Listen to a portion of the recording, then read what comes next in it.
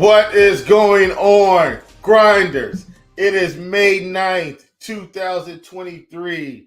It's the Take Your Pick'em podcast.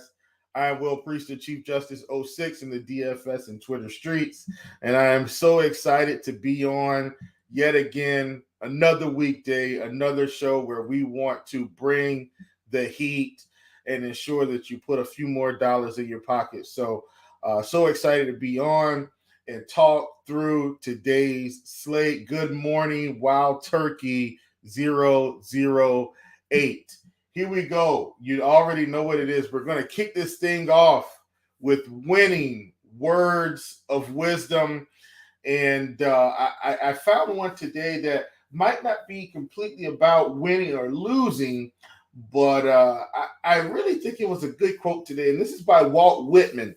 It says, keep your face always toward the sunshine and shadows will fall behind you. I love that quote. I thought that was a good one to kick the day off. Always looking forward, always being positive, always looking towards greatness.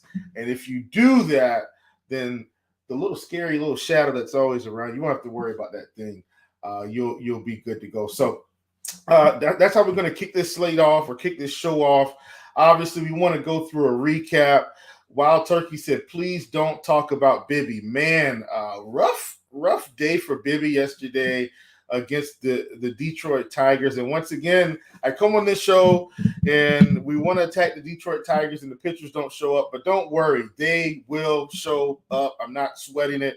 We've got a pitcher today against Detroit. I don't like his prop today from a strikeout perspective, but I do like another one that we are going to talk about. So let's go through our recap on the season or on this month so far since we kicked the podcast off in terms of plays that hit versus plays that didn't hit. We're 16-10. We just got to put this thing together, the right combination to get us across the finish line. So obviously, Bieber was our top play yesterday at 5.5. Did not get there. Took a massive L. No worries there. Keller over 5.5 strikeouts or more than 5.5 strikeouts. That was one that came through for us. Zach Gallen over 6.5 strikeouts. That was one that came through for us. John Gray under 5.5 or less than 5.5 strikeouts. That did not go well. Did not clear that one. McClanahan at 6.5 with more, and we were able to pull that one through. So, man, in terms of, like I said, it's 16 plays right, 10 plays wrong, but the combinations are what's going to get us there. And so I am ready to get rolling to talk through today's slate.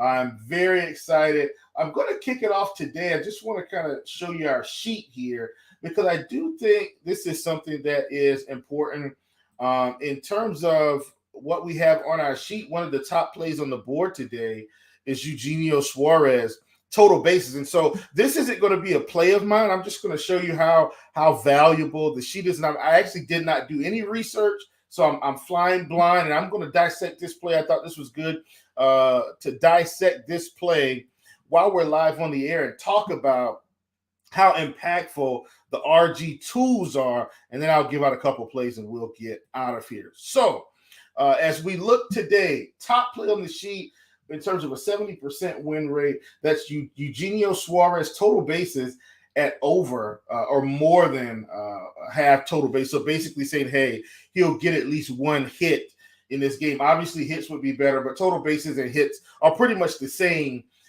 in this particular category because, a walk doesn't count for total bases. So he can get a single, double, triple. It doesn't matter. As long as he comes through, we're going to be good. So I'm going to go and kind of walk this down, and let's see how great of a play this is, and then I'll get into my own plays. But I thought this was a good way to kick off the show. So we've got Seattle. We've got them facing Andrew Heaney. We see Andrew Heaney here with the 5.20 xFIP and a 24.4% K rate, 11% walk rate. What we are seeing from Suarez is a .095 ISO, very low power, and he's got a 375 WOBA, but 32% K rate and 25% walk rate. So the walk rate is up. The K rate is very high. And as we look here in terms of his contact rate to lefties, he's got a 70% contact rate. So on the surface, I'm not thrilled about this one, but he does have the platoon advantage where we see Andrew Heaney is a much lower K rate to righties at 21.2%, walking him at 10.6%. An ISO of 273 and a WOBA of 366. Ground ball rate of 30.8, line drive 21.5, fly ball rate of 47.7. If Eugenio Suarez can make some contact, then I think we're going to see him soar over this number. Let's look at what Andrew Heaney's throwing here. It looks like he's throwing the fastball a whole lot to righties at 67%, around 91 miles an hour. We'll pull up our handy dandy tool and play that cue. And what, lo and behold, Eugenio Suarez, 88.89% contact rate on fastballs at that velocity, 60.67% ground ball rate, 50% hard hit rate, 214 ISO, 438 WOBA. So I don't like the overall numbers versus lefties, but generally speaking, this looks really good. And so, look, our sheet man has typically done really well. Going to go back to the sheet here. Eugenio Suarez, 0.5 total bases. I think this is a play that more is absolutely going to be in play, just like our sheet has shown us. So I wanted to demonstrate the tool today that we have available to you. I think that's one you can definitely get into your cards. Like I said, this isn't a play that I was on personally, but we will include it because we talked about it extensively. So once again, Eugenio Suarez, more than 0.5 total bases. All right, let's get into it. One of my plays on the day that I really like here, we're going to be going to the Dodgers game. They're going to be at Milwaukee. And so we've got a square off of Noah Syndergaard versus Eric Lauer.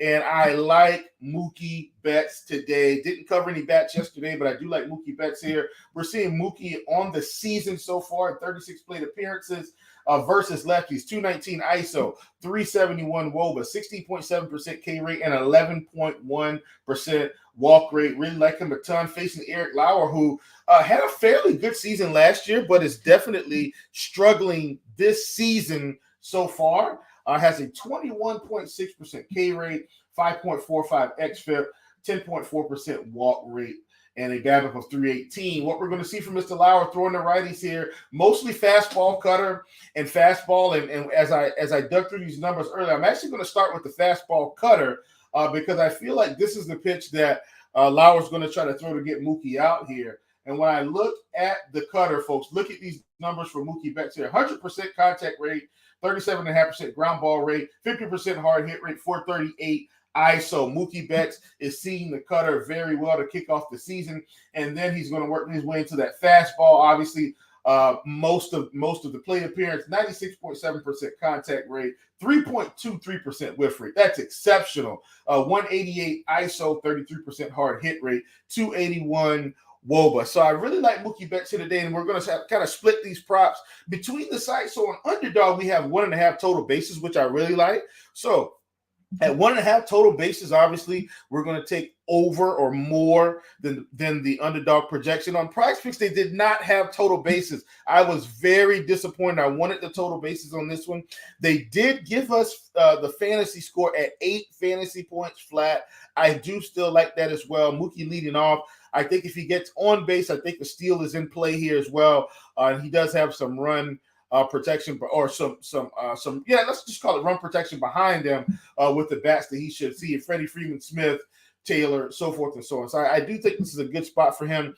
If for whatever reason we can get Mookie Betts on PrizePicks, sometimes they will give us the 1.5 hits, runs, RBIs. If we can get that, I really like it for Mookie Betts as well. So I'm not sure where they're going to land right now. The whole board isn't already up, but on Underdog, we do have 1.5 total bases, and I do like more there. I do think that's a good one for us that we can target, okay? So once again, it's Mookie Betts, 1.5 total bases on Underdog currently. We're going to take more on PrizePicks. All we have for Mookie is the fantasy points projection at 8. I still like more because of the stolen base upside and the ability to score runs in this game against Eric Lauer in Milwaukee. So I like that one a ton. All right, moving on to our next one here. This one, and I haven't taken a pitching outs prop this high all season, but I'm going to lean with it here. We're going back and we're going to attack the Detroit Tigers, folks. Don't get in a pickle about this. The Detroit Tigers are still bad. They're in Cleveland facing Mr. Bieber. Listen, Bieber on the season has not had the strikeout stuff, but he has been able to cruise through innings. We've got Bieber at 19 and a half pitching outs on the day. What we're asking is, or what we're saying is, what we're considering, can Shane Bieber get through 6 or more innings against the Detroit Tigers? I think that he can for sure. So I really like Bieber here at 19 and a half pitching outs. We see the K rates, right? We see that. But the main thing is we want Bieber to keep that ball on the ground, 44.9% ground ball rate. And is, in terms of soft medium contact, doing pretty well there. So the bottom line, look at the ISOs here for the Detroit Tigers. 164 ISO for McKinstry, 138 for Green, 0.083 for Javi Baez, just no power. 191 for Matan, 115 for Torkelson, 0.065 for Badu, 151 for Veerling, 0.067 for Ibanez, 125 for Rogers. They just don't have enough power. I think that Bieber can cruise through the innings here. And if you just got to look at how he's been pitching, even against a team like the New York Yankees, who have a lot more power than this Detroit Tigers team, 24 outs, 21 outs against Boston, only 17 against Miami, 18 against Washington, 21 again against the Yankees at 19 and a half. I wish we were at 18 and a half, but I think Bieber can get through 7 innings here. So I like the 19 and a half. Going to be siding with the over there or more for Shane Bieber as he faces the Detroit Tigers. I do have another play here that I really like, and this one is of the strikeout variety. And this one, I'm leaning into how I think this team has been playing overall. We do have some slight weather concerns, and I will pull that up. So on the weather, it's orange-yellow right now for the Chicago White Sox and the Kansas City Royals, right? And it says the National Weather Service has a 30% chance for rain, but I think the reality here is that our risk is quite a bit higher. It says a large storm system will mostly stay southwest of Kansas City, but the northern fringes of the storm should just reach the city, bringing rain and potentially storms for essentially the entirety of the scheduled game time. So he said there's a very high delay risk and a chance of PPD. So this is going to be a fringe play, but I think it's good. I'm hoping maybe we can get a live play for this one. But bottom line is I do like Lucas Giolito. He's at 5 strikeouts currently. And so I think this is a spot where we can take more than 5 strikeouts here. But once again, I would not include this play in every one of them. This one, I just call this one fringe just because of the weather. Outside of the weather, I do like it. He would definitely have enough opportunities for strikeouts. Lucas Giolito, 23.6% K rate on the season.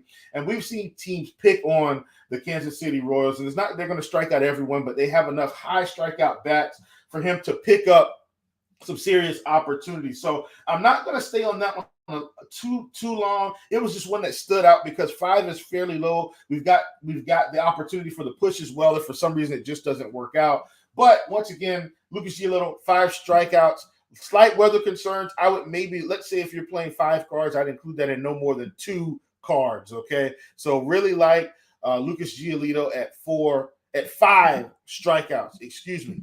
All right, last but not least, I've got one more play and then close this thing out, and that is Charlie Morton, 5.5 strikeouts. I'm going to side with the under here, facing the Boston Red Sox. We got Boston coming to Atlanta. On the season so far, we'll see that Charlie Morton K rate, 4.90 xFIP, 9.7% walk rate, is keeping the ball on the ground a ton. He's going to struggle a bit with a few of these bats, Verdugo, Yoshida, Turner, Devers. I think they're going to give him enough problems to keep the K rates down. And so I love this spot for the Boston Red Sox against Charlie Morton. Listen, he's a professional pitcher. He's an older gentleman, elder statesman.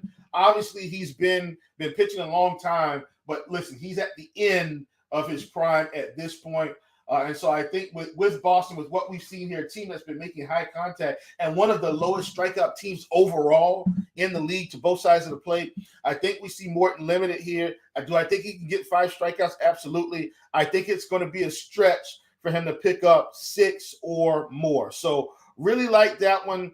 And then, look, we're about to wrap this thing up, and I really appreciate you guys hanging out with me. It's always a pleasure, and I thoroughly enjoy bringing this content to you guys every weekday. So let's go through our recap and we will get out of here. First up on the docket, we've got Mookie Betts. I like over 1.5 or more than 1.5 total bases. Let's see if we see that one across the industry. It's definitely on Underdog currently. And then on PrizePicks, we've got a fantasy point projection of 8 fantasy points. I like them more there because of stolen base upside. We've got Shane Bieber at 19.5 pitching outs. I like the over on that one or more than that. Facing the Detroit Tigers, should be able to limit the damage there. We've got Lucas Giolito at 5 strikeouts.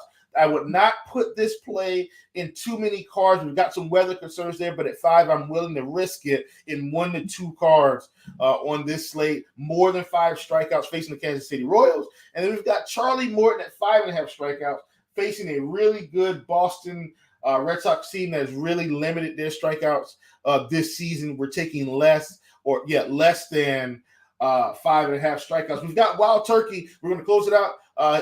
He said, is Varland a decent play? Let's give him a quick review of Varland. I know he's come out and has pitched well, fixing the San Diego Padres today. Varland sitting at a 29.8% K rate, 2.73 xFIP, 6.4% walk rate. And we do have some strikeouts this season. Tatis 22%, Machado 26.3, Carpenter 32.4, Ha-Seong Kim 30%, and Trent Grisham 31%. There's definitely enough opportunities for strikeouts across the industry. We're going to see Varland around 4.5 strikeouts. I think it is worth a stab at that particular projection.